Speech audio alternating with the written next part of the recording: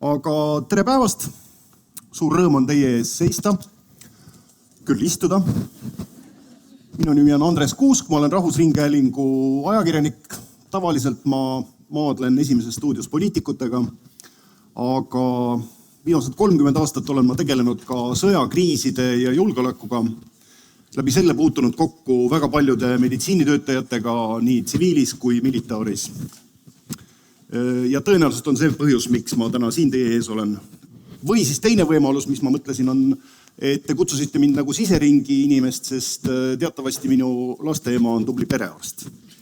Aga ärge arvake, et ma sellepärast täna pehmemaid küsimusi küsin. Minu ülesanne on täna meie väga auväärt panelistidele esitada väga lihtne küsimus. Kas Eesti on sõjaks või kriisideks valmis? Nendele küsimustele on väga mitu vastust ja ma kohe sissejuhatavalt võin öelda ära, et õige vastus on jah ja ei. Ja eriti teeb asja keeruliseks, sest kriisideks valmisolek ei ole mingisugune konstant, mis ühel hetkel saab valmis, nagu Kiisa püramiid ja siis me käime ja imetleme seda ja oleme sellises mõnusas rahulolu mullis. Me plaanime täna rääkida üsna ausalt.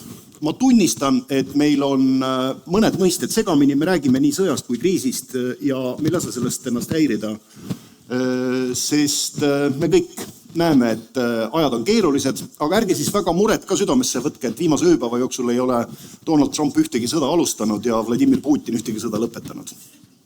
Aga tänased panelistid on teie ees Birgit Lao, Terviseameti peadirektor, Ahti Varblane, endine Kaitseväe peaarst ja nüüd siis Terviseameti nõunik kriisialal, Mari Kolga on PERH-i kriisi ja riski valdkonna juht, Andres Lehtmets, Tartu Ülikooli kliinikumi psühhiaatria kliiniku juht ja tubli kaitseliitlane ning Kaupo Ole, Ida-Tallinna Keskhaigla taastusravikeskuse juhataja. Ja selleks, et meil see kõik ikka sellise mõnusa surakaga tuleks, siis teeme sissejuhatuseks ühe marulise aplausi.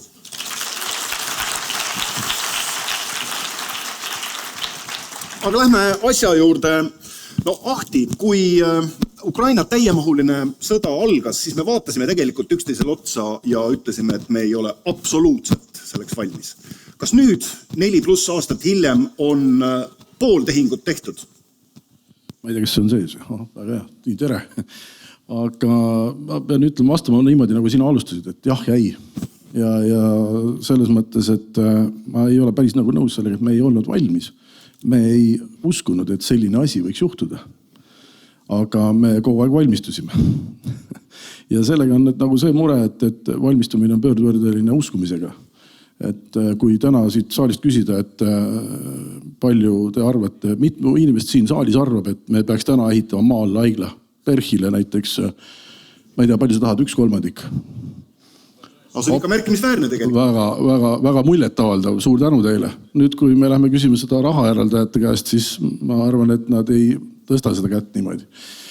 Aga jah, me oleme täna kindlasti, ma ütlen, meil on nagu üks eeliseks, et nüüd me erinevalt ukrainlasest teame, et selline asi võib juhtuda. Ja nüüd meie uskumus ja valmistumine peab minema veel realistlikumaks. Et me olime õiges suunas minemas, me tegime palju õigeid asju, aga nagu ta ütlesid, et me kunagi ei saa lõpuni valmis olla, nii et meil on palju teha. Kaupo Ole, kas meil on ka pisut nagu õnne olnud, et kui me veel sammu tagasi vaatame, et meil oli kunagi metanooli tragöödia ja siis oli COVID, aga et meil sellist suurt rongi või lennu õnnetust ei ole olnud, et me oleme kuidagi nagu ära hellitatud nende heade aegadega. Ma ei ütleks, et me oleme ära hellitatud. Ma arvan, et see sama, mis meie näiteks oleme teinud need viimased aastad, ongi ettevalmistumine selleks. Et me ei räägi tõepoolest ainult mitte sõjalisest kriisist, vaid me võimegi rääkida masskannantunute situatsioonidest. Nagu sa ütlesid ise, et rong, lennuk, midagi veel. Ja ega siis kriis kui selline oma olemuselt on ikka kriis. Ja tegutseda tuleb nii, nagu vastavalt kriisile ette nähtud on. Ma arvan, et tegelikult mitmed koolitused, nagu näiteks HashMIMS koolitus, mida tehakse koostöös erinevate organisatsioonidega, see samamoodi näitab seda, et me tegelikult valmistume. Küsimus on, kas me teeme seda piisavalt kiiresti. Mari Kolga, kui mu küsimus oli, kas me oleme valmis, kas pigem jah või pigem ei? Ausalt.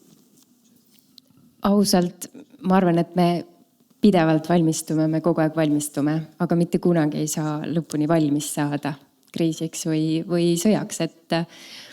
see ei ole koogi küpsetamine, et võtan ja teen ja siis on valmis ja naudin kohvi kõrvale, vaid tegelikult valmistumine on protsess ja see ei tohi kunagi seisma jääda. Ma arvan ja olen Ahtiga nõus, et me olime natukene nagu uinunud enne Ukraina sõda, aga täna see teadvustamine on oluliselt suurem. Birgit Lao, kui suurt pilti vaadata, siis 10 punktist mitu? Tahaks öelda, et kuskil 7-8, aga selle ettevalmistumisega või valmisolekuga on täpselt see, et me oleme nii valmis, kui me oleme täna praegusel hetkel. Ja kui võtta Ukraina sõja algust, siis kindlasti me oleme paremini valmis kui eile, aga homme peaks olema veel parem. Ja nende tuleviku selliste lubadustega, mida sellised pikad sihid meile tihti annavad, ta annab lootust, aga meil on vaja praegu kindlaid kokkuleppeid, püsivat rahastust, selgust, kuidas tervishoiuteenuse osutajad toimepidevust saavad tagada, et me peame olema ka tervisesektoris kaitseväega või sisekaitsega võrreldes täpselt samal kohal. Ka meie peame olema selgelt osa kriisi lahendamisest, nii et kui Ahti palus tõsta käe, siis kui öelda, et Riigikogus, et andke märku, kes usub, et me peaks minema maa alla või väga tugevalt investeerima näiteks muudesse teenustesse, et siis 101 tõstaks kõik käed ja sellest ei oleks üldse küsimustki. No, nad võivad käe tõsta, aga nad ei anna raha.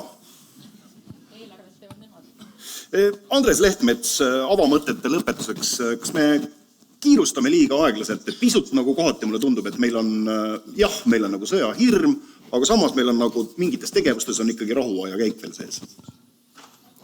No jah ja ei, et ega kiirustama peabki mõõduka tempoga, et muidu saab hapnik otsa väga kiiresti. Et tegelikult ma tahaksin uskuda, et see meie peades, see mentaalne nihe on ikkagi juba toimunud. Me saame aru, et see niisama lihtsalt ei lõpe. Et tegelikult on vaja ikkagi olla valmis ja teine asi on see, et see, mis hakkab tegelikkuses toimuma, erineb tõenäoliselt totaalselt sellest, mida me praegu arvame, et hakkab toimuma. See on palju ulatuslikum, see on kordades brutaalsem.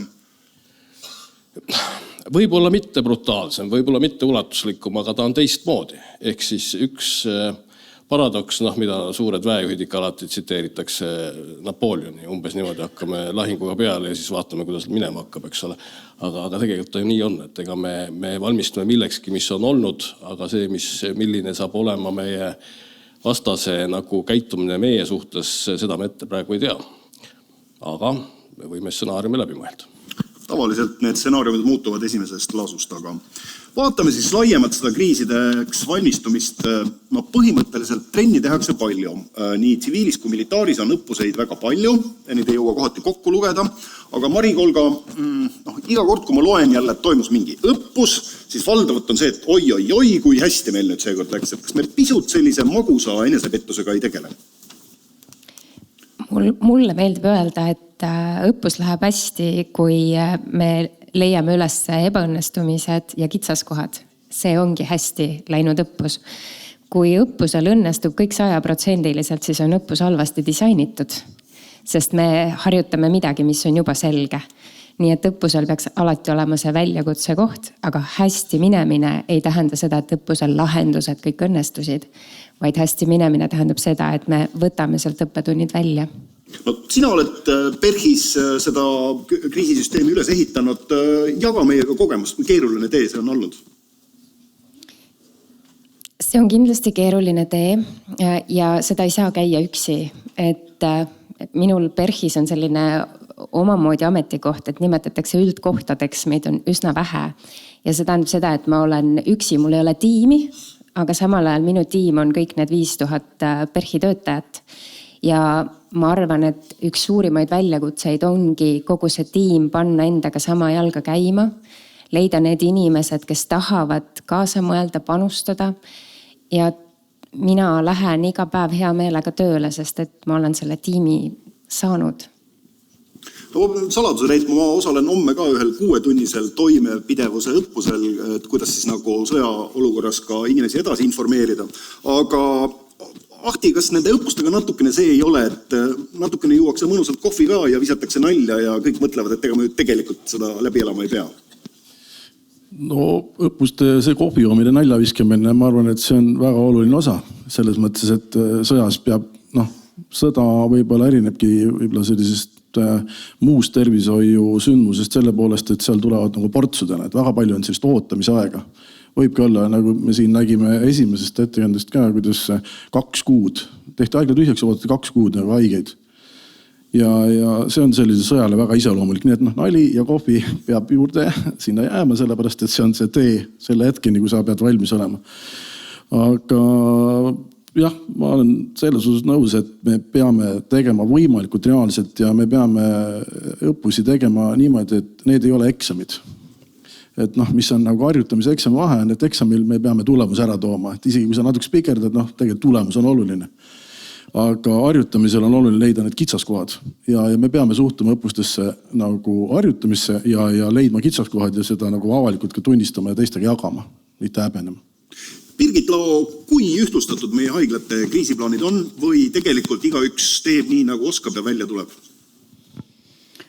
Kriisiplaanid koostatakse kõikidele elutähtsa teenuse osutajatele ühtse metoodika alusel, aga võib-olla mis on kõige olulisem ja mis ka õppustega kokku läheb, on see, et tuleb olla päris aus, mis on iga selle plaanis kirjeldatud võimekuse tegelik olukord. Nii et kui me natukene ilustame, siis ilmselt tuleb see ka õppusel välja ja kindlasti kriisiolukorras.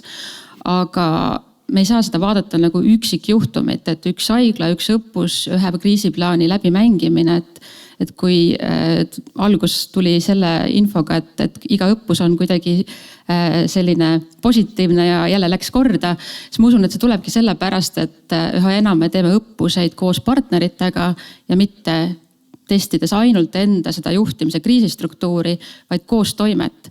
Ja seda tavaolukorras tõesti ei saa, et näiteks kui me läheme juunis siin NATO meditsiiniõppusele, siis sellist võimalust NATO liikmesriikidega, koos Eesti kaitseväega, koos meie enda haiglate kiirabidega, oma tervishoiusektori panusega, sellist võimalust ei ole ja ma loodan, et ka reaalses olukorras sellist võimalust ei tule, aga mängima peab ja neid kitsaskohti ja üksteisest arusaamist testima. Nii et võlu on siis, kui me teeme asju koos.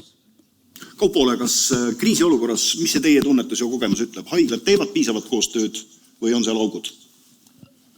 Ma arvan, et alati on ruumi arenguks.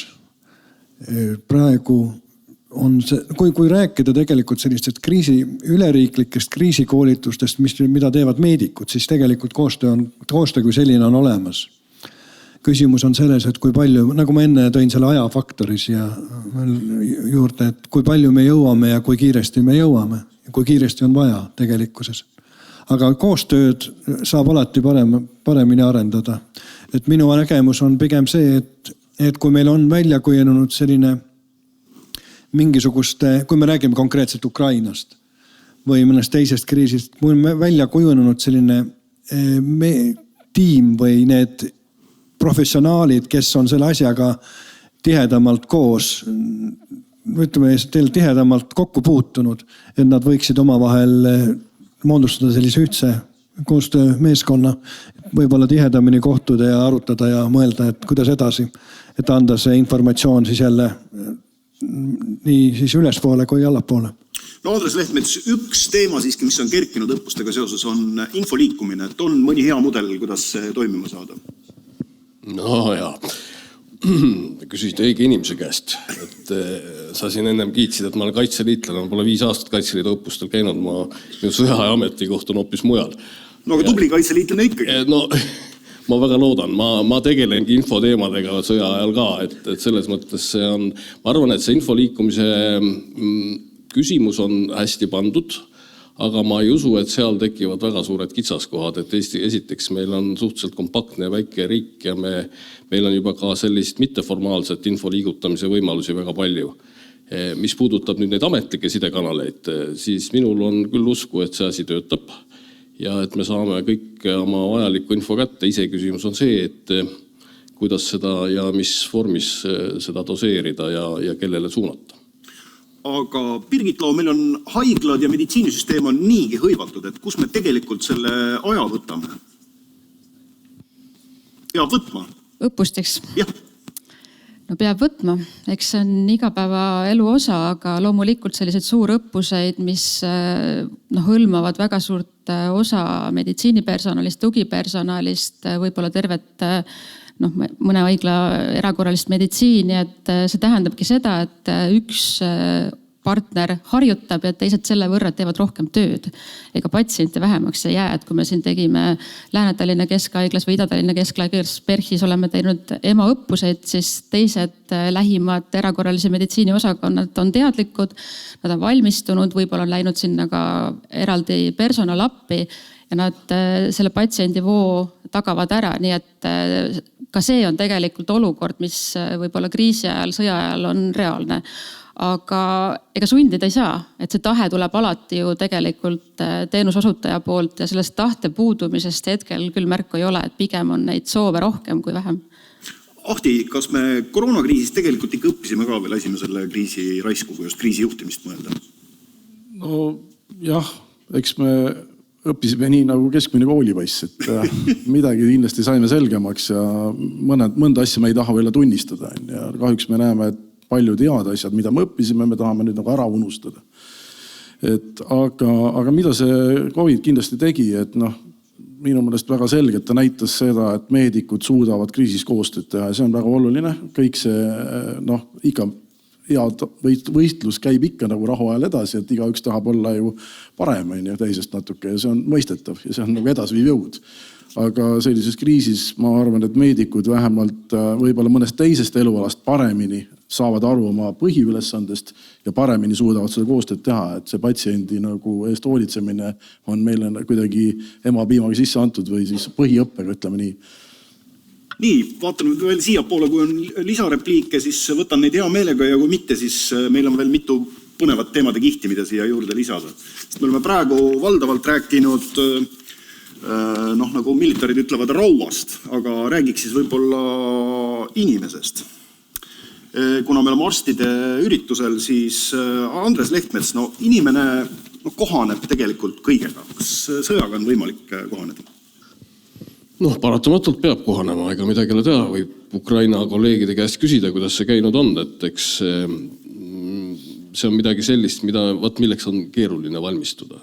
Et öelda, et sellest hetkest ma hakkan nüüd teistmoodi nagu olema või mõtlema, et see ikkagi tuleb sulle sellel hetkel jõuab kohale ja mul on selles mõttes väga suur usk ja mu kontaktid ka Ukraina poolelt näitavad siiski seda, et inimeste nagu, eriti meditsiiniinimeste kohanemine on suurepärane, sest nad on oma elukäigus läbi käinud vasktorudest ja oskavad pingutada ja õigel hetkel ennast kokku võtta ja ka ennast taastada. Selles mõttes, mis ei ole vähetähtis, et nad oskavad hoida energiat ja selles mõttes mul meie arstidesse, õdedesse on väga suur usk, et meie saame hakkama. Kaupo, te ITKis tegelete ka Ukrainas viga saanud võitlejate taastusraviga. Et mis see pilt seal on, mis teile vastu vaatab? Et ma ei taha, et kirjeldaksite verd aretavaid asju, aga selge on see, et ilus pilt see ei ole. See pilt võib-olla esmapilgul tundub raske ja kurb. Aga see, mis meie töötajaid, meie personali motiveerib, on tegelikult just see sama võitleja ise. Oma võitlusvajuma motivatsiooniga, see, kuidas ta tahab minna tagasi koju, pere juurde, Ukrainasse naasta. Nii et tegelikult on seda kõrvalt vaadata üsna meie enda töötajateks minu jaoks motiveerib. See annab tunnet, et meie peame hakkama saama, et me saame hakkama, kui see situatsioon tekib. Ja on ka neil lõbusaid hetki, nii et ma arvan, et see ei olegi nii trööstitu, kui ta siin tundub, et seda, kui me käime Ukrainas, siis see pilt on hoopis võib-olla nukram, sest võitlustahe, võitlusvaim on olemas, aga sõda on kestnud kaua ja inimesed on väsinud. Nii et seda on võib-olla palju valusam ja raskem vaadata, kui neid poisse, kes tegelikult saades alla jalad on juba samal hetkel niivõrd rõõmsad, et nad saavad käima hakata. Et see on juba piisavalt suur motivatsioon ja õnn nende jaoks ja samas ka meie töötajate jaoks. Aga üldises mõistes muidugi, et eks me kõik õpime sellest. Ma just tahtsin jõuda selleni, Ahti Varblane, me tegelikult ei tea, kui brutaalne see olukord sõjaolukorras on. Sest statistika loeb hukkunuid, aga tegelikult see pilt on palju suurem. Ja no võib-olla on asi selles, et nagu öeldakse, et ajalugu on spiraal, et me samad asjad korduvad, mis vanasti. Ja kui see Ukraina sõda algas, siis mida me ei uskunud, et selline suur sõda Euroopas, sama brutaalne nagu oli teine maailmasõda või nagu need suured sõjad on olnud, et see üldse võiks toimuda. Samas on see, et me elame täna, me ei ole kunagi nii hästi elanud, kui me täna elame. Meie ootus elule on hoopis teisel tasandil. Ehk siis see inimene, kes sisenes teise maailmasõtta, oli hoopis teisel tasandi ootustega. Ja see võib-olla on üks asi, mis meid Ukrainast natuke võile eristab, et me olime nagu mõnes mõttes liiga hea, võib-olla liiga palju ära harjunud. Ja meie patsiendi ootus on ju absoluutne maksimum. Et ta tahaks saada seda, mida ta saab ju rahu ajal. Aga sõda oma olemuselt ja oma vigastustelt ja nüüd eriti uute relvasüsteemide nagu tekkega on veel jõhkram. Nii et need kaks asja liiguvad täitsa erinevas suunas. Nüüd me peame leidma, kuidas me saame selle ootuse ja reaalsuse nagu enam kokku viia. Kuna kõik on siin meditsiini-inimesed, siis lihtsalt paari sõnaga, kui palju masskannatanute puhul sellises olukorras neid standardeid alla tuleb lasta? Täna me ikkagi põhiliselt ju valmistume, harjutame selleks, et me standarde ei peaks langetama. Aga taktikaline olukord või siis see situatsioon tegelikult ju määrab selle, et millisesse olukorda peame minema. Et kui täna Terviseametist minna võtma luba sellele maa-alusele haiglale, siis seda luba vist ei saa, mul on niisugune tunne. Pole olemas sellist luba, et see on ka nagu standard, eks. Aga ja samas ma arvan, et me peamegi mõtlema seda, et haige peab olema, kui see operatsiooni teed, et kõik see antiaseptika reeglid, kõik, me peame tegema võimalikult nagu headesse tingimusse, me peame kogu aeg sinna poole liikuma. Ja siis elu lükkab meid kogu aeg nagu sinna, kuidas ma ütlen, halvemuse poole. Ja lõppude lõpuks ongi see, et doktor Tiit Meren kirjutas kunagi oma raamatus, et kui saabus Afganistanis haige laua peale, siis ütleme nii, et aega ei olnud kindlat kätte panna selleks, et hakata operatsiooniga pihta, sest elu tahtis päästmist. Aga me peame harjutama, me peame valmistuma niimoodi, et me sellise olukorda ei satuks. Me oleme nii palju valmis, et kindlad on käes, meil on keskkond puhas ja isegi luba on antud sellele maa-alusele haiglale. Mul lihtsalt tuli meelde isiklik kogemus. Camp Bastionis oli see suur haigla, oli kohe Eesti kämpi kõrval ja Medeväki maandumisplats oli seal samas, mis tähendas, et iga kord, kui kopter maandus, siis sa tundsid seda endal ribides ja see tähendas, et see on siis kas jalg, kuul või midagi sellist, et nad hambavaluga need kopterid ei lennanud. Aga hea. No siiski nendest haiglatest ja standarditest tahaks kaks sõna veel mainida, et ma väga loodan, et me oleme ehk oma peades jõudnud sinnani, et saame aru, et klaasist haiglahoonete projekteerimine ja ehitamine ei ole väga tark tegu. Et me oleme seda inertsist veel teinud siin. Veel viimastel aastatelgi on avatud selliseid kauneid ja väga visuaalselt haaravaid arhitektuurilisi kompositsioone, millal sõjaaja tingimustes on pigem nad on ohtlikud kui abistavad, sest klaasikildudest ilmselt tuleb kõige suurem nagu kahjuhulk, eks ole. Mina omalt poolt ka kutsuks nagu eelkõneleja mainis, et pigem üle vaatama praeguseid olemasolevaid ressursse, olemasolevaid kinnistuid, kuidas seal kiiremas korras midagi ära teha ja siis minna juba edasi, et tõesti see klaashoonete aeg on läbi saamas. Saanud. Jaa, olen ise käinud Ukrainas ja lähen ka ülejärgmisel nädalal ja see liivakottide hulk, mis on tegelikult hoonete ette laotud, on muljetavaldav. Ja ka katastroofimeditsiini konverentsil meil oli doktor Hamza, kes näitas pilte juhtumist, kus olid liivakotid, aken ja voodi seal samas ja rakett tuli sisse ja inimene jäi teisel pool ellu. Ja kusjuures ma olen ka kodus vaadanud, et pagan, miks ma niisuguse klaas jõleti seal on oma ehitanud. Aga Mari Kolga, kui kriis kestab pikalt, kuidas me need vajalikud ametikohad ära suudame täita? Või juhtub mingisugune ime, ma ei tea, sõda algab, kõik tunnevad missiooni ja kõik on nõus 24/7 töötama? No ega tegelikult ju lõppkokkuvõttes ei saa kedagi sundida tööle, et paned näpud sahtli vahele ja sunnid. Küll aga ma arvan, et see küsimus on kommunikatsioonis, selles, kuidas me töötamist siis kriisiolukorras või pikaajalise kriisi tingimustes enda jaoks mõtestame. Et inimestel oleks endal tegelikult see soov tööl käia. No ja kui siis minna nagu teisele poole, et siis lõppkokkuvõttes ka kriisiolukorras on vaja leiba teenida, lastele leib lauale panna. Ehk et üksikisikul on vaja enda eest ja enda elu nimel ju, eks ju, tegutseda, raha teenida. Nii et ma mäletan, et kui ma 2024 aastal käisin Ukrainas, siis Ukraina terviseministeeriumis tehti ettekanne, kus kirjeldati, et sõja esimeste nädalatega lahkus umbes 30% tervishoiutöötajatest, aga nad umbes poole aastaga suures osas naasid. Et jah, oli neid, kes olid põgenenud välismaale, jäid sinna, aga päris suur osa tulid tööle tagasi, sest et sul on vaja raha teenida, et oma perekonda üleval pidada. Ja see on midagi, mida ma arvan, me väga palju mõelnud ei ole. Et me enda pärast peame ka tööd tegema. Aga teiselt poolt tõesti ka see missioonitunne või minu taju on, et tervishoiusektoris töötavad inimesed, kes tahavad inimesi aidata. Ja see kindlasti on tähtis. Nii et kaitsetahe ikka on tähtis sõna. Birgit, kas töötajate ristkasutus näiteks 2-3 haigla vahel võiks olla üks võimalik lahendus?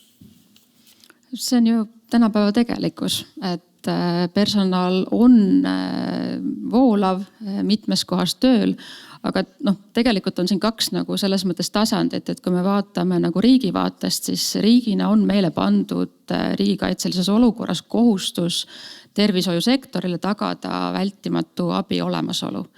Ja see tähendab seda, et me peame läbi mõtlema, milline teenuste struktuur, haigla juhtimise struktuur ja sinna juurde käiv personali vajadus sellist vältimatu abi osutamist, teadmata kui pikk see kriis siis on, see riigikaitseline kriis vajab. Selle juurde loomulikult küsimus, et väga hea kohustus on, aga inimesed. Ma korra küsin, kes on saalis need, kes töötavad ainult ühes kohas või ühe tööandja juures, andke käega märku.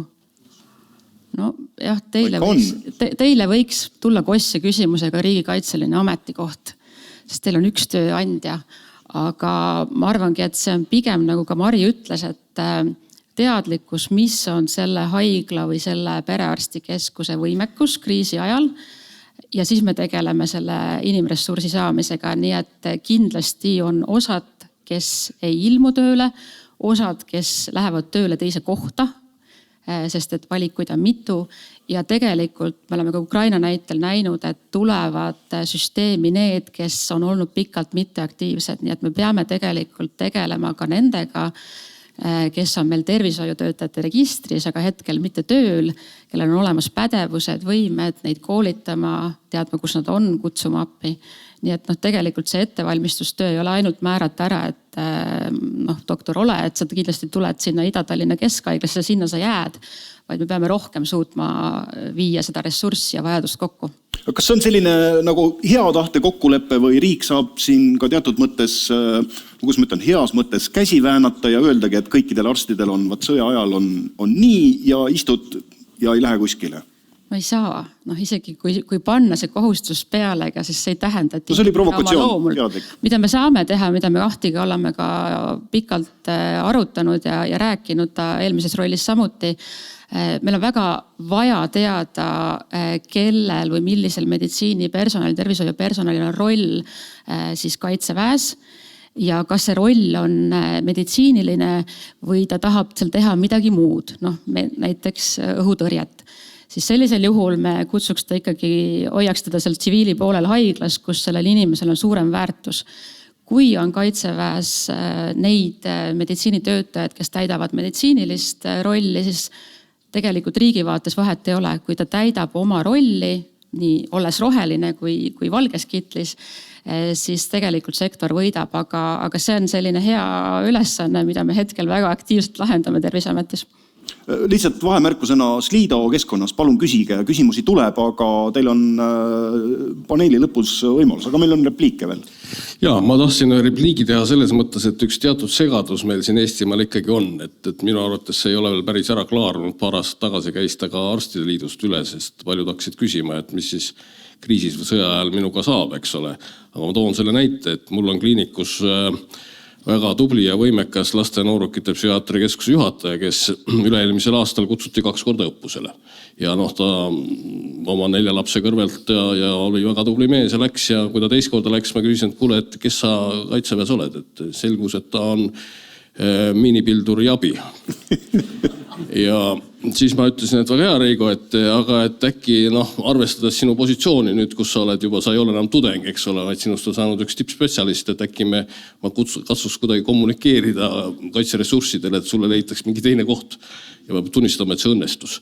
Et selles mõttes, et ta sai pagunid peale ja ta ikkagi on olukorras nagu kasutatav natuke teistsuguse meditsiiniohvitserina ja ma loodan, et ka sinna tankitõrje lahingpaari leiti teine asetäitja, aga meil on kõigil see sama lugu.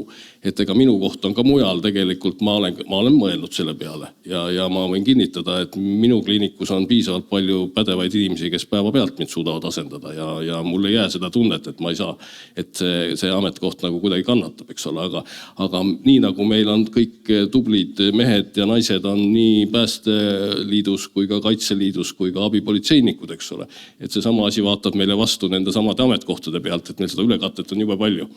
Aga tegelikult peaks olema mingi nagu arusaam ikkagi, kus on see põhiline koht, et siis me täpselt teame, mis juhtuma hakkab. No, Ahti, eks Kaitsevägi ju ka õpib, et uus kogemus. Ega ka minusugusest võib-olla kuulipildujaga kaevikus jooksmas on vähem kasu kui terava keelega inimesi informeerida.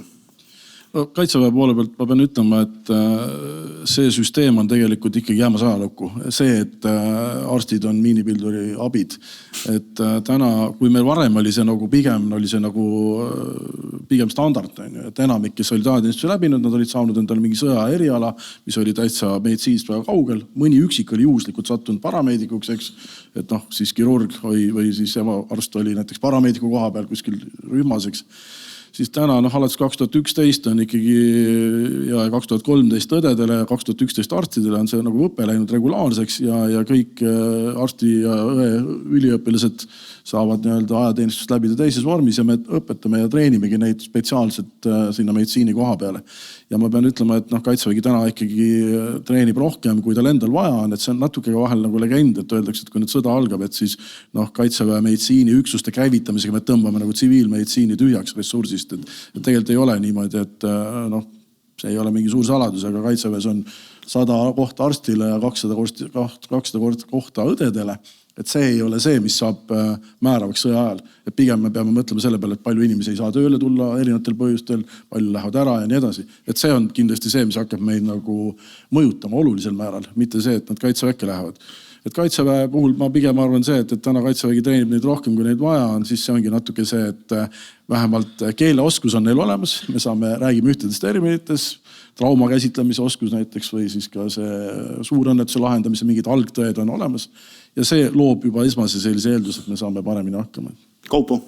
Ma võib-olla lihtsalt täienduseks sellele, et meditsiinitöötajad mitte ainult ei lähe minema või ei väsi ära, aga nad ka hukkuvad sellistel hetkedel. Ja väga oluline on läbi mõelda ka see pool, kuidas meie meditsiiniasutustes sellistes tingimustes, sõjatingimustes, kriisitingimustes meditsiiniteenuse osutamine toimub. Kuidas neid meditsiiniasutusi hajutada, kas neid on vaja tsentraliseerida ja kuidas neid ka kaitsta. Selleks, et tagada juba olemas oleva personali turvalisus ja töövõimekus. No Andres Lehtmets, tegelikult see oli väga oluline sissejuhatus ühele teemale, kuhu me ei ole veel jõudnud. Üks Ukraina sõja õppetunde on see, et sõda räsib inimesi ja ta räsib ka meditsiinitöötajaid, sest lihtsalt see pilt, mida sa näed päevast päeva, on kohutavalt traagiline. Kas ja kuidas oma töötajaid on selleks võimalik üldse ette valmistada? Jah. No alustame sellest, et tegelikult vähemasti need meie seast, kes on saanud sõjalise väljaõppe, me teame seda, et tegelikult üks osa sinu väljaõppest ongi sinu stressitaluvuse nagu tõstmine. Ehk siis sa pead olema vähemasti läbi mõelnud tegutsemisi teatud olukorras, sul peavad olema teatud füüsilised eeldused. Ma eeldan, et ka meedikutelt eeldatakse, et elementaarsed relva kasutamise oskused on olemas. Kui ma tohin, ma korra küsin, palju meil on reservohvitsere, allohvitsere siin saalis, tõstke käsi. Mitte liiga palju. Kes teist on viimase 2 kuu jooksul relva kätte võtnud või tiirus lasknud? Ikkagi 1-2. Väga hea. Ei ole lootusetuse asi, aga ma tahan öelda seda, et tegelikkuses ka see on üks osa, et me teame, et teatud olukorras me oleme ka võitlusvõimelised selles mõttes, et me ei pea nagu aasta peest nagu alustama kõike seda. Et selles mõttes midagi me saame nagu teha. Ma väidan ikkagi seda, et selliseks nagu igaks katastroofiks on väga keeruline mentaalselt valmistuda, eks ole. Me peame võib-olla läbi mõtlema korraldusliku poole pealt seda, et mida me hakkame tegema nendega, kellel tekivad. Lahing kannatanud on mitte ainult füüsilises, aga ka vaimses mõttes, eks ole, et kuidas me nendega edasi toimetame. Ja kogu see pool, mis puudutab seda taastumist ja kõike seda, et selle peale peab mõtlema, sest see on olnud aastaid meil üks suhteliselt nõrk külg siin kogu Eesti tervishoius. Aga kokkuvõttes jällegi, et ma arvan, et kõige parem ettevalmistus on hea füüsiline vorm ja vaimne tervis. Mari-Olga, ilmselt nii mõnedki siin saalis viibijatest nägid detsembris Tartus katastroofikonverentsil laval ühte korrastunud arsti, kes on käinud korduvalt sõjas ja nüüd ta oli siis töötanud Palestiinas haiglas ja me nägime, kuidas ta rääkides võitles pisaratega. Et kas kõigeks selleks ikkagi on võimalik valmistuda?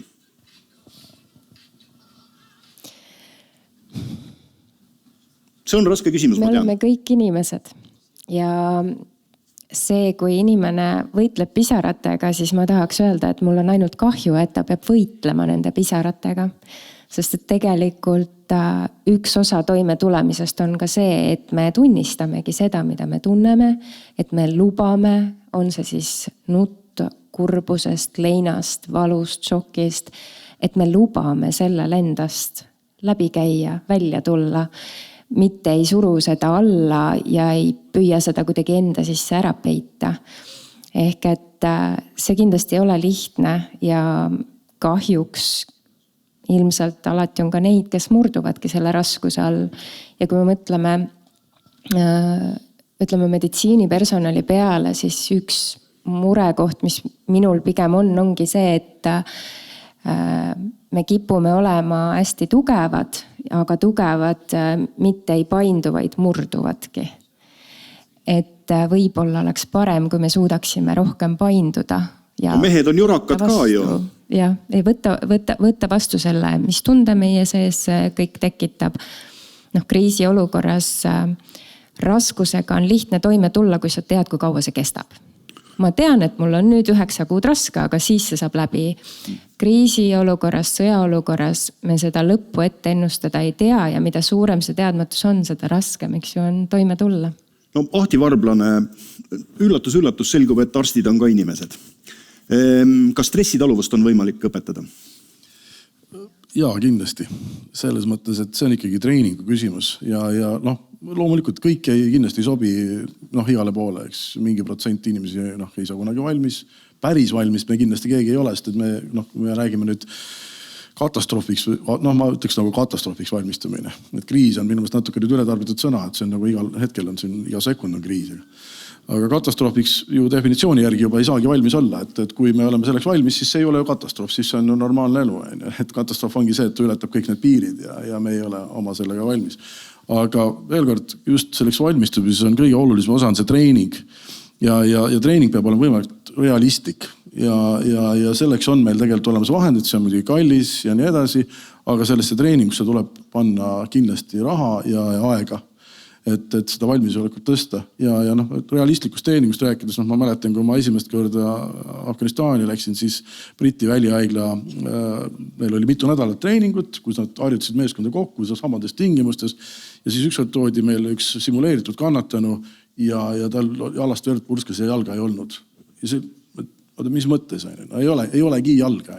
See on nagu õppetingimustes, sa ei oota sellist asja. See oli esimest korda, kui ma nägin, kuidas kasutati amputeeritud jäsemega inimest väljaõppes ja ta ise mängis seda nii-öelda oma rolli tegelikult, mis siis oli päriselt juhtunud. Et ma nüüd ei arva, et me suudame kõiki inimesi niisugust treeningust läbi lasta, aga sellised võimalikud realistlikud treeningud, olukorra nii-öelda võimalikult lähedased, need on need, mis annavad meile vähemalt teada, et millise piirini seda inimest me võime üldse nagu võib-olla me saame juba eelinformatsiooni, et äkki teda me sinna ei pane, eks, mis oleks väga oluline.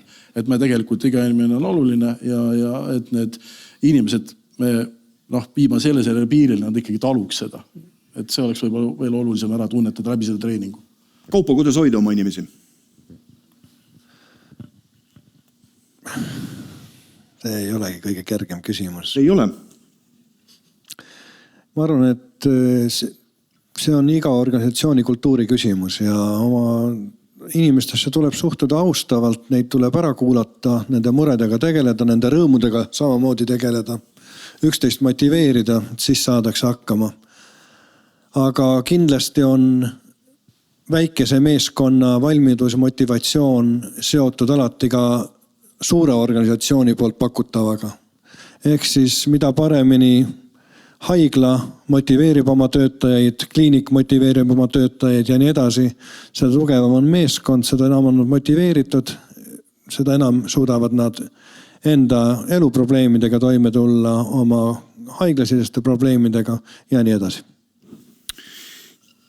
Kuulge, meil on... Kas ma võin ühe? Jaa, ikka muidugi. Selleks me siin oleme. Jaa, et on kaks asja. Alustame sellest, et see klassikaline posttraumaatiline stressihäire, millest on hakatud palju rohkem rääkima, see tekib umbes 6-7%. Mitte 100%. Eks ole, miks see nii on, me lõpuni ei tea. Aga ilmselt siin on olemas erinevad tegurid, erinevad psühholoogilised, geneetilised, kogemuslikud asjad, aga las ta olla. Et me ei arva, et kõik inimesed on tugevalt häirunud pikalt pärast sellise katastroofi üleelamist või mis iganes toimunud. Et need, kellel on posttraumaatilised stressihäire, nad vajavad omaette tegutsemist ja see on täiesti omaette süsteem. Nüüd üldine selline stressitaluvus on klassikaline lugu, see on selles mõttes väga õige paralleel, et see on iga töökollektiiviga, eriti haiglaga täpselt sama asi. Ja minu väide on ikkagi see, et vabandust, mina olen selline vana põlvkonna juht, eks ole, et ma arvan, et see on juhi asi vaadata, et nagu võitlejad on võitlusvõimelised. Et ei kellegi teise ei ole nii, et kui on mure, siis kutsume psühholoogi või saadame kuhugi helistama mingisugusele abiliinile, eks ole. Et juhi asi on tegelikult vaadata, kuidas on üldine selline tase vaimses mõttes, kui palju on motivatsiooni, powerit, eks ole, kes põleb läbi, eks ole, kes on pisarates või miski muu selline asi. Ja sellised tavatehnikad, mida tegelikult ju õpetatakse Kaitseväes palju paremini meedikutele õpeta keegi, seda vähemasti minu ajal keegi rääkinud, kuidas nagu õpetada seda, et teha sellist nagu debriefingut ja kõiki muid sellised asju, mis elementaarsed asjad, siis kui on olemas rasked hetked olnud, seda tuleb nagu õppida natukene ja seda saab õpetada väga hästi. Ja selles mõttes jällegi see asi on läinud Eestis tohutult palju paremaks.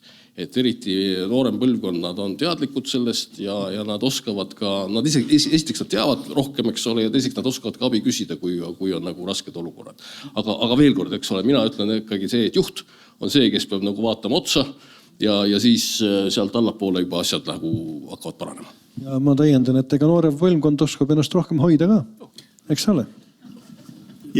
Võib ma veel korra võtaksid Andreselt üle selle, et ma arvan, et see on natuke arstide teema ja arstiteaduskonna teema, et 3 asja arstiteaduskonnas, mida ei õpetatud vanast üldse ja mida täna natukene õpetatakse, on suhtlemine, juhtimine ja õpetamine. Ja tegelikult need on 3 asja, mida igal arstil on vaja. Just, et igast arstist saab mingil määral juht, igast arstist saab mingil määral õpetaja. Ja patsiendiga suhtlemine, kas see peab tulema loomulikust nagu intelligentsist või äkki peaks seda õpetama. Et sealt hakkab ju selle patsiendi käitumine pihta ja selle ravi tulemus väga palju sõltub sellest. Et need on näiteks asjad, mida minu mõelest olulisel määral tuleks arstiteaduskonnas täna nagu muuta.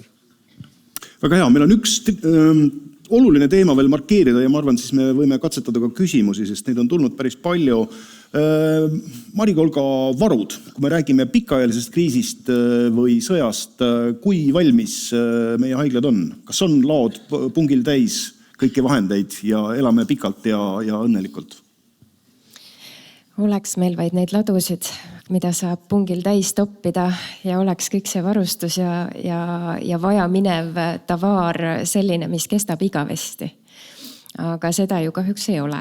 Et üldjoontes mina tean, et PERH-is ja ikkagi enamikes teistes haiglates ka on selline 1 kuu varu. Et enamike asjade puhul siis olemas.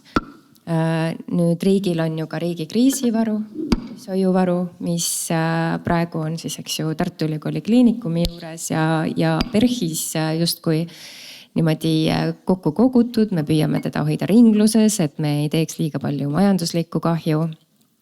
Ja seda varu siis saaks justkui kasutada kõik haiglad kriisiolukorras. Kas seda on piisavalt, kui peaks algama sõda? Kindlasti mitte. Aga ma arvan, et me ei saa ka neid varusid liiga suurelt koguda, sest et meil ei ole lihtsalt kohta, kust neid hoida. Me peame arvestama sellega, et sõjaolukorras, kui meil on kõik varustus ühes kohas ja see koht saab tabamuse, siis me oleme sellest kõigest ilma. Ehk et see varude teema vajab väga suurt tähelepanu ja ta on ka praegu fookuses kindlasti. Aga Ahti, meil ei ole selle probleemi tekkimiseks isegi sõda vaja. Et COVID näitas, et meil on piirid kinni ja ei liigu ükski auto. Meil on võib-olla COVID 2 või 3 ja oleme hädas. Ja nii on, et nagu naljaga pooleks ma pean ütlema, et laod on pungil täis. Laod on nii väiksed, et pungil täis ja rohkem ei mahugi. Et see on üks võimalus nagu ladu täis saada, aga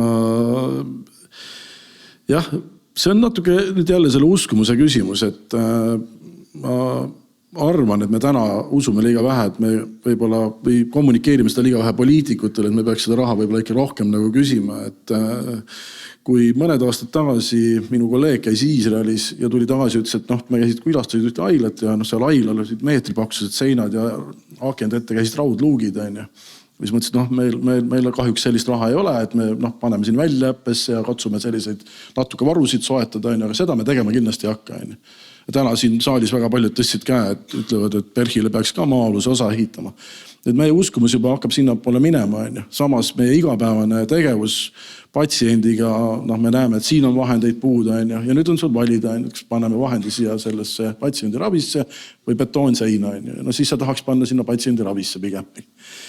Ja ma arvan, et tegelikult see ei olegi nagu meedikute küsimus võib-olla, et meie peame tegema plaani ja selgelt seda kommunikeerima ja nüüd on tegelikult see poliitiline otsus, et kui suure kindlustuse poliitikud tahavad Eesti rahvale osta, et kas nad ostavad selle maja, kus saab maa all tegutseda võib-olla Narvas, kui on hakanud konflikt pihta, või nad ei pane seda raha sellesse. Ja sõjaks valmistumine peab tegelikult olema ka kõik haarav selles mõttes, et kui me paneme relvastusse, siis me peame panema ka tervishoidu vastavalt proportsionaalselt, sellepärast et see sõda ei peeta ju ainult nende laigulistega, vaid see sõda peetakse süsteemiga, ehk siis riik peab sõda ja see ellu jäämine ja patsiendist hoolitsemine on üks väga oluline faktor. Et kui see meditsiini osa kokku kukub, siis see rindejoon ka kaua ei kesta. See maa-alune haigla kõlab kosmiline jutt senikaua, kuni nagu Ukraina näitab, saavad haiglad pihta ja saavad meelega pihta. Ja me kogu aeg arutame nagu sellest teooriast lähtudes, et meil on business as usual, et meil on haiglad püsti ja kõik toimib, aga ühel hetkel ei pruugi olla. Ja, ma pean ütlema selle sama välihaigla, Ukraina välihaigla komandari sõnadega. Teate, palju parem on ehitada maa alla haiglat siis, kui siin te tulistata. Maistlik. No, Birgit Lao, kuidas nende varudega on? Põhimõtteliselt võiks ju osta, suurema lao me ikka jaksame ka ehitada, kui vaja on. Ja laksame, aga selle lao ehitamise on nali naljaks, et me siin Mari ja Ahti kõik teame, et kahetsusväärselt on sellise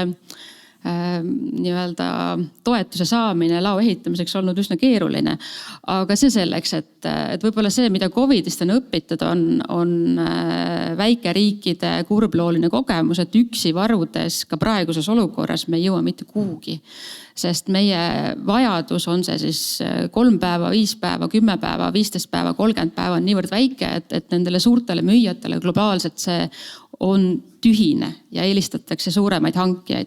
Näiteks Saksamaa ja Holland on oma ravimivarudes riiklikult suutnud enda varud tõsta 6 kuuni ja siin sekkub Euroopa Komisjon, ütleb, et need olete, selle võrra saavad teised vähem. Ja tegelikult on see õige, et kuskil maal on ka see piir, eriti riikide vaates, kes ei ole praeguses julgeolekuolukorras piiririigid, nii et peab laskma väikestel osta. Me oleme grupeerunud, väikeriigid teevad nüüd ühishankeid. Aga mis on see kurbloolisus jälle, on see, et kui me nüüd saime eelmisel aastal varudesse juurde täiendavaid vahendeid, hakata vaatama siis sinna meditsiiniseadmete, trauma, ortopeedia varude poolele, siis selle ajaga on hind kasvanud 4 korda, sest kõik varuvad. Ukraina küsib hetkel ortopeedia pakette või kitte 1000. Meie suudame oma rahaga, mis meil on antud, osta 35. Nii et te saate aru, kui erinevas olukorras me oleme.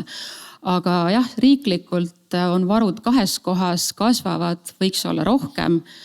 Ravimitega saame hakkama, sest et ka koha peal on neid läbi siis Eesti Varude Keskuse kodanikkonnale kui ka haiglates ise ja meie kaudu piisavalt olemas.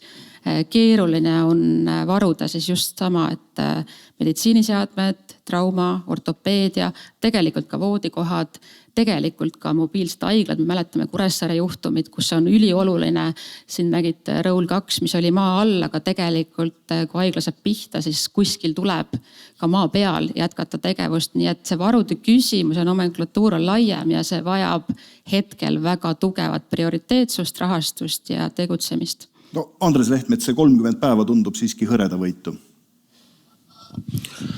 Eks kõik kusagilt algab, eks ole. Et teistpidi ma saan ju täiesti aru sellest, et hoida lihtsalt varusid. Ega sa kodus ei hoia ka toiduvaru, eks ole, 2 aasta oma. On ju ikka loodad selle peale, et ikka tood värsket ja kõike muud. Ega siis tervishoid on ju ka asi, kus sa ei saa lõputult valmistuda. Sul peab olema mingi kriitiline kogus olemas, aga sealt edasi tulevadki ikkagi need võimalused juurde hankida ja ka laskemoonaga on ju samamoodi. Ma arvan, et militaarid oskavad selle kohta täpselt öelda, et ega me ei suuda omale varuda kõike seda, mida sõjaks vaja on. Kaupo, sinu mõtted varude teemal? Ma kuulen palju siin just sellist, me räägime materiaalsusest, siis mina mõtlen inimvaru peale, et kuidas me suudame juba olemasolevaid ja käimasolevaid projekte töös hoida, kuidas me suudame neid inimesi, kes on juba näiteks välja õppinud Ukraina kogemuse pealt, kuidas me suudame neid inimesi hoida, kuidas me suudame neid teadmisi edasi anda ja kuidas me suudame seda kogemust suurendada ja tagada toimepidevust olemasolevates keskustes, kes juba selle kogemusega on. See on minu nägemus nendest varudest ja sama nagu ma oma slaidi peal näitasin, et olemasolevad inventarid või olemasolev inventar ja seadmed tahavad kaitsmist ja tahavad samamoodi back-up'i saada, et ka nende jaoks on tarvis varu või vähemalt varumisplaani. Ja küsimus on ka Ukraina õppetundide põhjal elekter. Sest kui elektrit ei ole ja sul lõputut võimekust ise seda toota ei ole, siis kõik seisab. Elekter on õnneks see number 1 teema, millega me saime COVID järgselt suunata kiirelt ümber COVIDile eraldatud vahendeid, mis tähendas seda, et elektri toimepidevus HVA haiglates saab rahuldava taseme, et me saame olla selles mõttes niivõrd iseseisvad, kui palju on meil kütust, et me hakkame sõltuma tegelikult sellest energia hulgast, aga see on küll nüüd valdkond, kus võib olla pöial püsti ja positiivne, mida ma tahaks võib-olla vastu kiituseks öelda siin korraldajatele ja saalis istuvatele koolitusinstruktoritele, et eks me selle inimressursiga ka tegele, et Eesti jääb tihti silma sellega, et meil on väga süsteemne ja üsna mastaapne võrreldes meie meditsiinitöötajate arvu või elanike arvu üldse koolitustesse investeerimine, koolitustesse osalemine ja tegelikult ka eestikeelse õppe või koolituse võimalikuks tegemine, et Neve Ahti ja neid instruktoreid veel, kõik need mimsid, hash-mimsid, see tahe võimekus, mastaapsus, erinevad haiglad, kiirabid, kõik on kaetud, et eelmine aasta me suutsime tagada kuskil 740 koolitatud, 4 aastaga üle 3000 või 3000 ringi. See on väga suur hulk ja tänud kõigile, kes on võtnud aega ja seal osalenud. Nii et me saame investeerida, aga kasvatades teadmisi ja tuues värskeid kogemusi Ukrainast. Väga hea. Kas kellelgi on põletavat kommentaari või küsime küsimused ära? Väga hea, oleme siis interaktiivsed ka, pisut üks hetk. Kiri on väga väike, mul see aastad ei ole enam need. Nii. Ja ma kutsun teid siis kõiki, kuna need ei ole küsimused konkreetselt kellegile, aga kommenteerima ja arutlema. Kommentaar praegu on läinud arstiõppes paremaks, kuna õpetatakse näpuotsaga suhtlemist. Et näpuotsaga on parem kui mitte. Ikka kolonel meie arstiteadus käimisest, mul on vähem aega möödas natuke sulle. Aga selles mõttes, seda on hea kuulda, ja ma tean, et on läinud paremaks ja nüüd juba midagi õpetatakse. Aga kas see nüüd on proportsioonis piisav ja kas seda saaks teha paremini, ma arvan, et siin on veel arenguruumi.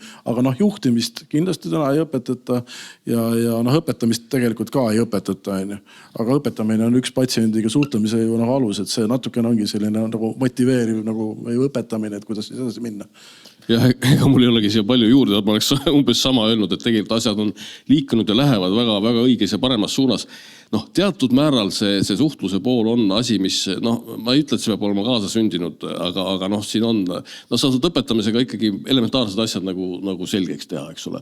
Juhtimisega on natuke sama lugu, et kõik ei ole sundid juhid, aga lõpuks tuleb välja valida need, kes on, eks ole. Et selles mõttes arstitöö ja ka õdede töö on väga palju me räägime palju meeskonnatööst, aga seal on väga palju isiklikku vastutust, eks ole, ja natuke seda, aga me peame ikkagi ulatama mujale ka, eks ole, et me võtame ka kolleegi appi, kui vaja on ja ei katsu olla üksiga igal pool. Järsku põhimõte peaks siis olema nii, et vähem titrimeetrit ja natuke rohkem kliinilist psühholoogiat.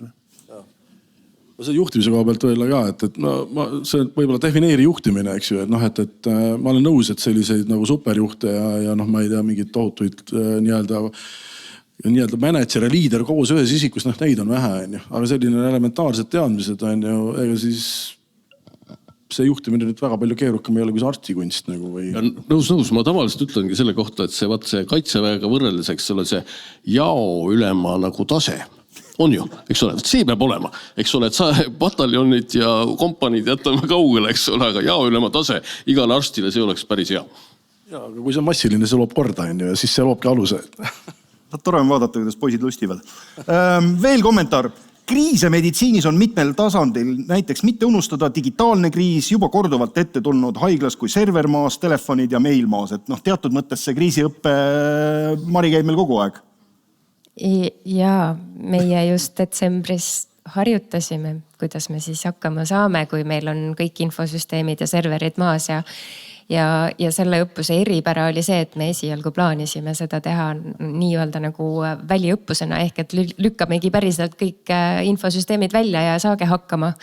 Ja kui me siis ikkagi kaardistasime, et mis probleemid see kõik võib kaasa tuua, siis me ei julgenud seda lõpuks ära teha, sest me kartsime, et me võime mõne patsiendi tervist lihtsalt väga rängalt mõjutada. Ja see õppus formuleerus umbes aasta aega ja sai lõpuks sellise veebis täidetava lauaõppuse kuju, aga see on kindlasti küsimus, et valmistumine ei ole ainult see, et masskannatanute sündmused või et meil on need trauma vigastatud, vaid see peabki olema oluliselt laiem, et meie haigla viimaste aastate õppused ei ole sugugi ainult suurõnnetuste kohta. Meil on olnud generaatori testimisi, kus kogu haigla on kaasa mänginud, kus generaatori sisse lülitumise ajal tegelikult teatud osakondades meditsiinipersonal seisab selle hingamisaparaadi all oleva patsiendi kõrval valmis teda kohe hingatama, kui peaks juhtuma, et seadmed lähevad katki, aga neid asju on vaja testida. Et lihtsalt kujutada ette, et meil on generaator, siis meil on kõik hästi, ju võib, aga tegelikult mina päris rahulikult selle pealt ei maga, et me peame testima, kas ta päriselt ka töötab. Mis majas juhtub siis, kui see generaator hakkab tööle ja nii-öelda väline elektrivõrk on kadunud. Ja meie generaatori test tõi ka ikkagi päris palju huvitavat välja, et me avastasime, et meil on hoones teatud piirkonnad, kus ei ole võimalik väga pikalt töötada, me peame hakkama ikkagi nii-öelda ümber kolima teatud teenuseid, sest et üllatus, generaatori korstnad on nii madalad, et kui tuul puhub õigelt poolt, siis ta puhub kogu selle generaatori suitsu otse nendesse osakondadesse ja ventilatsioon tõmbab sisse. Ehk et kui sa ei proovi ja ei testi, siis sa teada ei saa. Ja seal, kus on tehnika, seal asjad juhtuvad. Näiteks minu telefon keeldus täna Slido keskkonnaga ühinemast, aga õnneks kolleegide arvuti aitas välja.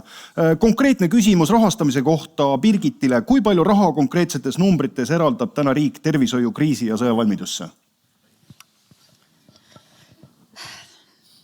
Kui me mõtleme nüüd riigi eelarvest otse, siis see summa on 3,6 miljonit aastas, millest 1,5 läheb kuskil õppustele, koolitustele ja ülejäänud osas siis tegelikult on selline kriisijuhtimise toimepidevus, ehk see õpitund Covidist, kus Terviseamet oli enne üsna võimetu kriisijuhti ja nüüd on kasvanud nii kriisijuhtimise, tervishoiu kriisi korraldamise, analüütika ja kriisirolli väljakandmise võimekus. See on väga-väga väike raha.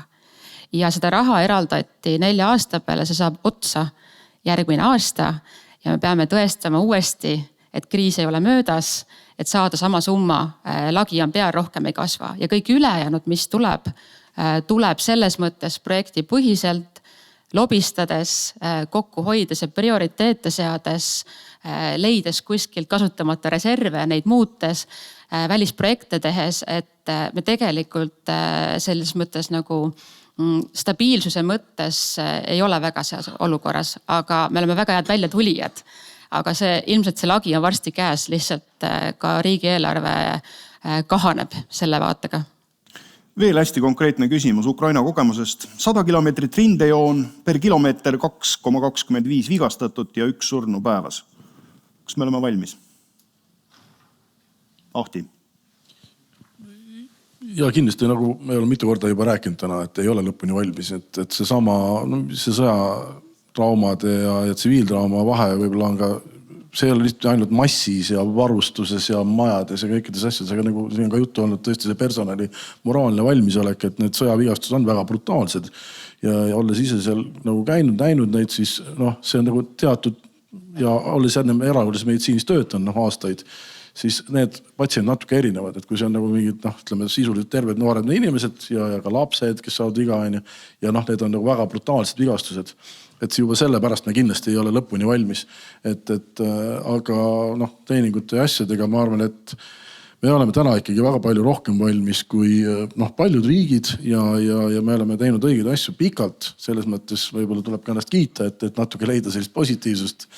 Aga samas ei tohiks nende loorberitele puhkama jääda ja me peame väga palju veel tegema, et seda nii-öelda enda personali säästmise kui ka patsiendi nagu elu säästmise eesmärki või taset paremaks teha. Ja päris lõpetuseks top 3 kitsas kohta meditsiini sõjaolukorraks ettevalmistamisel. Mari. Jeerum. Vaata, kui head küsimused tulevad. Tõesti, top 3 ja kõige magusama jätsime lõpuks. Aeg. Ehk et tegelikult me kõik murrame hirmsasti tööd teha ja ei jõua tõenäoliselt panustada nii palju, kui tahaks. Ehk et mõtteid on, inimesed tahaksid tulla õppusele, käia koolitusel, mõelda kaasa, teha ettevalmistusi, aga siis see päris elu nagu tuleb vahele. Ehk et aeg, siis kui nüüd siit edasi mõelda, siis raha kahjuks. Ehk et raha ei ole kunagi piisavalt palju, et tõsta seda valmisolekut sellisele tasemele nagu tahaks, et ma ei tea, kui paljud teist on jälginud Iisraelis Ichilovi haigla teeb iganädalasi ülekandeid sellest, kuidas nemad siis praegu seal sõjakolde juures hakkama saavad. Ja nemad siis kirjeldasid, neil on suur haigla, 9000 töötajat, voodikohti üle 1000 kõvasti. Ja kui sõda hakkas, siis nemad seekord kolisid maa alla 5 tunniga, eelmine kord 7. Harjutamine teeb meistriks. Ja neil tõesti on need valmisolekud olemas. Kui meil oleks raha ja võimalusi, siis me ju teeks seda. Aga raha kahjuks paneb piirid ette ja me peame hakkama saama sellega, mis meil on. Et kui meil ei ole PERH-i all varjumishaiglat, siis meil on seal 0 korrus ja varju minna. Vähemalt osaliselt saab sinna ikka. Ukrainlased on meile õpetanud, et 2 seina põhimõte on see, mis ka aitab, et kui sa ei saa mujale minna, siis vähemalt hoolitse selle eest, et 2 seina on sinu ja selle ohtliku eseme või pommi või drooni või asja vahel. Ja ma ei tea, top 3, mõtteviis, ma arvan, aga jah. Kuna meil mõned minutid veel on, härrased, lisate mõned? No, mina olen selle 2 seina variandiga täiesti nõus, et mitte kitsaskoht, et kasutame ära need olemas võimalused, mis meil praegu juba olemas on, arendame neid. Ja teine asi on koostöö ja kommunikatsioon, kus ma tunnen, me võiks rohkem kokku hoida ja rohkem omavahel neid teemasid arutada. Eriti, kes asjaga täpsemalt ja lähemalt kursis on. Andres, sinu lõpumõtted? Ma ikkagi kutsuks üles seda üldist mõtteviisi muutma, mis meid on tegelikult väga hästi siia toonud. Me oleme üles ehitanud päris hea tervishoiusüsteemi, mis on hästi selline konkurentsil põhinev ja selline, aga nüüd me peaks hakkama mõtlema koostööl põhineva süsteemi peale. Ja ma mõtlen seda sõna otses mõttes, et tegelikult vähese ressursi tingimustes ei saa enam väga palju konkureerida. Siis tuleb põhirõhk panna sellele, et igal ühel on oma roll ja asjad. See on jälle asi, mida peaks nagu läbi mõtlema. Ma ei ütle, et see peab olema asi, mis on nagu ainuvõimalik, aga ma arvan, et sellest jääb praegu puudu. Ahti, mis suunas jooksma hakkame?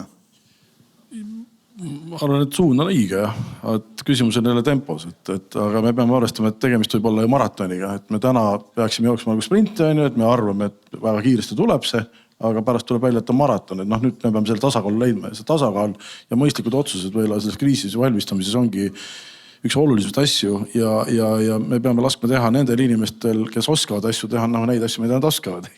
Et see on see ka nagu mureprool, mida Eestis, seda silotornindust on väga palju räägitud, et me igaüks tahame siin valmistada nagu ise on ju ja selle asemel, et võilla tõusta püsti korra ja vaadata üle aia, et kuidas naabril läheb, et naabril on juba valmis on ja palju rohkem oskab teha seda.